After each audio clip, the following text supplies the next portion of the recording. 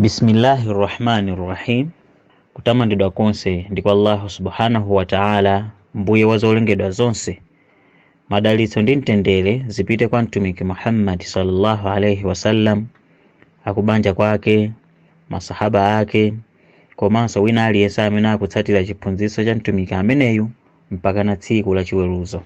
Tabwera ndi nkhani apa imene ili yofunika kwambiri kuti msilamu wina aliyense azidziwa nkhani imeneyi, nkhani yokhuzana ndi al-istiqama, kapena kunena kuti kukhazikika kwambiri, kukhazikika pogwira ntchito za Allah subhanahu wa ta'ala, pogwira ntchito zimene Allah subhanahu wa ta'ala anatilamula kuti tizigwira, komanso kusiya zimene Allah subhanahu wa ta'ala anatiletsa kuti tisamagwire ntchito zimenezo, kuti ntchito zimenezo tikagwira tipeza nsambi ife ndi kuzisiya.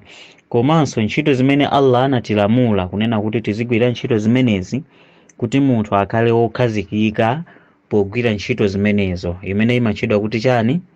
Al-istiqama. Ndipo tiyambe ndi aya imene kuchokera mu surati Ash-Shura, sura 42 aya namba 15, pamene Allah subhanahu wa ta'ala akumuuza mtumiki wake Muhammad sallallahu alaihi wasallam kuti falidhalika fad'u, kunena kuti chifukwa cha umozi wa zipembezo, kunena kuti chipembezo ndi chimozi, ndi kuti pasakhale kugawikana pa nkhani za chipembezo, ndi akunena kuti falidhalika fad'u, choncho ayitanire ku chipembezo chimozi, ndipo chipembezo chake akunena Chiislamu. Wastaqim kama umirta, ndipo akupitiliza kunena kuti ndipo lungama poyitanapo monga momwe walamulidwira, kusonyeza kuti akhazikike poyitanira ku chipembezo chimenechi cha Allah subhanahu wa ta'ala, imene ili istiqama. Akunena kuti wastaqim kama umirta, ndipo akupitiliza Allah subhanahu wa ta'ala kunena kuti wala tattabi' ahwaahum, kunena kuti ndipo usatsatire zofuna zawo. Wa qul amantu bima anzala Allahu min kitabi, ndipo nena ndakhulupirira m'mabuku onse omwe adawavumbulutsa Mulungu. Wa umirtu li'adila bainakum, ndipo ndalamulidwa kuchita chilungamo pakati panu. Allahu rabbuna wa rabbukum, Mulungu ndiye mbuye wathu ndiponso mbuye wanu. Lana a'maluna wa lakum a'malukum, ife tili ndi ntchito zathu zomwe tizalipidwa nazo, inunso muli ndi ntchito zanu zomwe muzalipidwa nazo. La hujjata bainana wa bainakum, palibe kukangana pakati pa inu ndi ife chifukwa cha kuonekera poyera choona. Allahu yajma'u bainana wa ilayhi al-masir, Mulungu azatisonkhanisa kuti atiweruze, kwa iye yekha ndiko kobwerera. Nkhani yonse imene timafuna tikambirane ndi imeneyo, nkhani yokhuzana ndi kukhazikika pogwira ntchito zimene Allah subhanahu wa ta'ala anatilamula. Ndipo Allah mu aya imeneyi akumuuza mtumiki kuti akhazikike poyitanira kudawa ya chipembezo cha Chiislamu, komanso ndikunena kuti mpaka na anthu awauze ndithu kuti inu muli ndi ntchito zanu, ifenso tili ndi ntchito zathu. Sipapezeka kunena kuti ife tikusiya ntchito zathu kusatira za inu, kapena kusinthanisa kuti okay, mwezi uno inu mupembeze Mulungu wathu, kenako ife tipembeza Mulungu wanu. Iya zimene sizichitika, chifukwa chonena kuti pali istiqama, pali kukhazikika ndi kulimba mtima pa malamulo a Allah subhanahu wa ta'ala. Palinso hadith imene mtumiki Muhammad sallallahu alaihi wasallam adafunsidwa ndi munthu wina kuti kodi ine ntchito zimene ndingamagwire kuti Allah akandilipire zabwino, ntchito zake ndi ziti? Mtumiki anamuyankha munthu uja kunena kuti iweyo unene kuti amantu billahi, nena kuti wakhulupirira mwa Allah subhanahu wa ta'ala, kenako ndipo ukhale ndi istiqama, ukhazikike pa chimenecho, usasalire mbuyo, kapena kuti usabwerere mbuyo, koma uzingopitabe chitsogolo. Ndiye malingana ndi Imamu Ibn al-Qayyim al-Jawziyya rahimahullah adayankhula kuti pali ma conditions 5 amene munthu angatsatire ndi cholinga chonena kuti apange achieve istiqama kapena kuti akwanirise kukhazikika pa chipembedzo pogwira ntchito zimene Allah subhanahu wa ta'ala analamula. Ndipo chinthu choyambilira ndi imene imatchulidwa kuti al-ikhlas, kwena kuti munthu ukamagwira ntchito ina iliyonse ya chipembedzo uonetsetse kuti ntchito imeneyo ukuyigwira muchifukwa cha Allah subhanahu wa ta'ala, uli ndi ikhlas, ukugwira ntchitoyo ndi cholinga chonena kuti ntchito imene ndikugwirayi Allah ndi amene akandilipire, ndikugwira ntchito imeneyi pa chifukwa cha Allah subhanahu wa ta'ala, sindikumugwirira wina aliyense. Chinthu chachiwiri ndi chonena kuti ntchito ina iliyonse yokhuzana ndi chipembedzo cha Chisilamu kandi ibada, munthu akuyenera kuyigwira ntchito imeneyo ndi al-ilm, akhale ndithu ndi knowledge kapena kuti maphunziro, akhale wozindikira pa ntchito imene akugwirayo. Pasapezeke kuti munthu akupanga ibada kupezeka kuti ibadayo sakudziwa kuti kodi chimene ndikupanga pamene papachi mahadithi akuti chani nanga maaya akuti chani, koma kuti munthu ukamapanga mapemphero ako ukhale ndi knowledge, uzidziwa chimene ukuchita. Chifukwa chonena kuti kupanga mapemphero kwina kulikonse, kugwira ntchito ina iliyonse ya ibada kukuyenera kuti kukhale ngati mmene ibadayo inalamulidwira ndi Allah subhanahu wa ta'ala kapena mtumiki wathu Muhammad sallallahu alaihi wasallam. Ndipo munthu akuyenera kuti agwire ibada imeneyo ndi munjira yabwino iliyonse imene angakwanitse, kuti kapena ayesese ndithu kuonesesa kuti ibadayo akuyikwanirisa mokwanira bwinobwino, posakhala kuti akugwera ulesi pogwira ntchito imeneyo iyayi.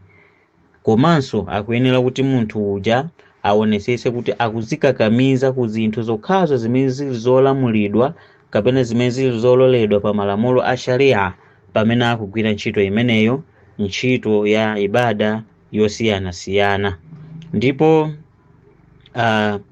ma scholars ena adayankhulanso makamaka amene amatchulidwa kuti ulama usuluk kapena kuti ma scholars amene amakonda kukamba makamaka nkhani yokhuzana ndi makhalidwe a wanthu, adayankhulapo kunena kuti pali ma step enanso ofunika kuti munthu awatsatire ndi cholinga chonena kuti munthu ameneyo akhale ndi istiqama kapena kuti akwaniritse kupeza al-istiqama. Ndipo adayankhula kunena kuti choyambilira munthu azikhala nthawi zonse akudziwa kuti pali tsiku la chiweruzo, kuli akhira, ndipo kuti akamagwira ntchito imeneyi azigwira ndithu ali ndi chiyembekezo chonena kuti ntchito imene ndikugwirayi ndikalipidwa kwa Allah subhanahu wa ta'ala. Munthu akakhala ndi mtima umenewo ndiye kuti amakhala wokhazikika ndithu pa mapemphero amenewo.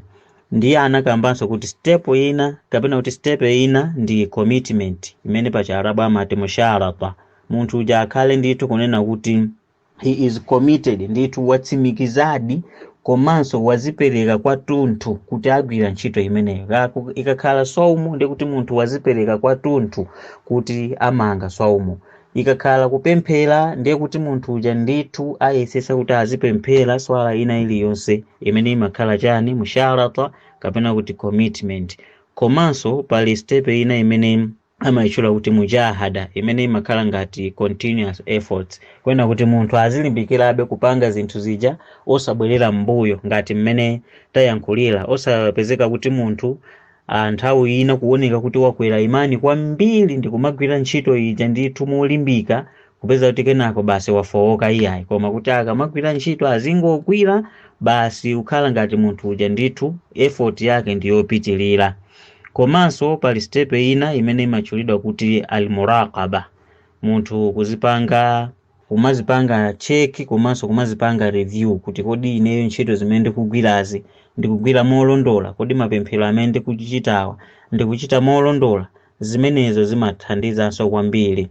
Komanso pali nkhani ina imene kapena step ina imene amati muhasaba kapena kuti self accountability, kwena kuti munthu uzitha kuziwerengera weka, khala pansi wiki ije ndikuziwerengera kuti kodi ine wiki imene ndapemphera swala zingati, ndapereka sadaka chuma chochuluka bwanji, ngati mmene Umar ibn al-Khattab radhiyallahu anhu adayankhulira kunena kuti hasibu anfusakum qabla an tuhasabu, kuti ndithu mukuyenera kuzipanga stock nokha asanabwere ena otaza kupangeni stock tsiku la chiweruzo. Zimenezo ndizofunika kwambiri. Komanso ukazipanga muraqaba muja, ukazipanga self accountability muja, zimafunikanso kuzipanga blame weka, ngati sunagwire ntchito ina yake yabwino ndi kuzidzudzula weka, sinzapanganso ine zimenezo ndithu zimakhala zinthu zofunika kwambiri. Ndiye chinthu chomalizira chimene tingakambe pamenepa ndi tahsin, imene pachizungu amati striving for improvement, kwena kuti munthu azikhala wonena kuti akuyesesa kuti azipanga improve ngati mmene tanenera kale, kuona kuti apapa ntchito zanga komanso maibadati osiyanasiyana munthu uzizipanga improve zimenezo. Peza kuti ngati mwezi wa Ramadhani umanga usala Ramadhani yokha, peza kuti kenako upange improve kuti ulendo wina usale mwezi wonse, kenako ndikuwonjezeranso 6 Shawwal, kenako kupanganso improve kuyamba kusala ma ayyamul bidhi onse, masiku aja amene amasalidwa pa 13 pa 14 pa 15. Zimenezo zingakhale zinthu zabwino, komanso zimathandiza kuti munthu akhale humble towards Allah subhanahu wa ta'ala, akhale munthu wozichepesa pamaso pa Allah subhanahu wa ta'ala. Fa munthu jamatha ndithu kulingalira kuti ndithu palibe wina amene ali perfect pa dziko lapansi kupatula Allah subhanahu wa ta'ala. Choncho munthu zimapezeka kuti akuziyandikisa kwa Allah subhanahu wa ta'ala ndi kupewa machimo osiyanasiyana. Zimenezi zimene timafuna tikambirane makamaka pa nthawi ino, nkhani yokhuzana ndi al-istiqama, kuti kodi munthu kuti akwanirise kukhazikika pa chipembezo pogwira ntchito za Allah subhanahu wa ta'ala akuyenera kutani. Ndikafikapo ndingoti wassalamu alaikum wa rahmatullahi wa barakatuh.